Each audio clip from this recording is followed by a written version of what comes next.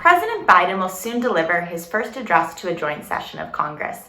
But Carl, it technically won't be his first State of the Union address, which is what the president's annual message to a joint session of Congress, the justices of the Supreme Court, the president's cabinet, and other special guests is usually called.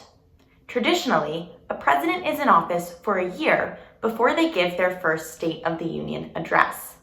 But presidents are usually invited to speak before a joint session of Congress during their first few months in office.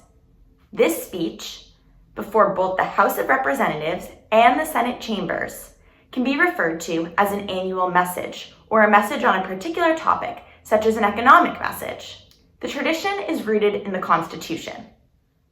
The Constitution states that the President shall from time to time give the Congress information of the State of the Union and recommend to their consideration such measures as he shall judge necessary and expedient.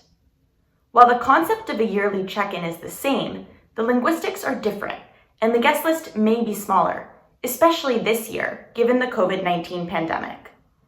The history of a presidential address to Congress dates back to President George Washington, who was the first to deliver a regular address before a joint session in New York in 1790.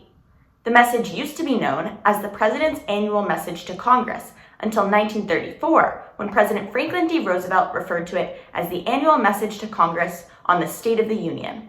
From 1942 to 1946, it began to be informally called the State of the Union Message or Address, and since 1947, it has officially been known as the State of the Union Address.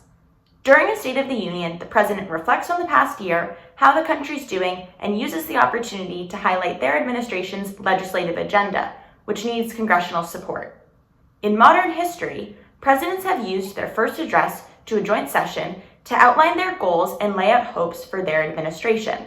So, Carl, while a presidential address to a joint session of Congress during their first year in office may not have all the formal fanfare of a State of the Union, it can be used to highlight the president's agenda and set a forward-thinking tone.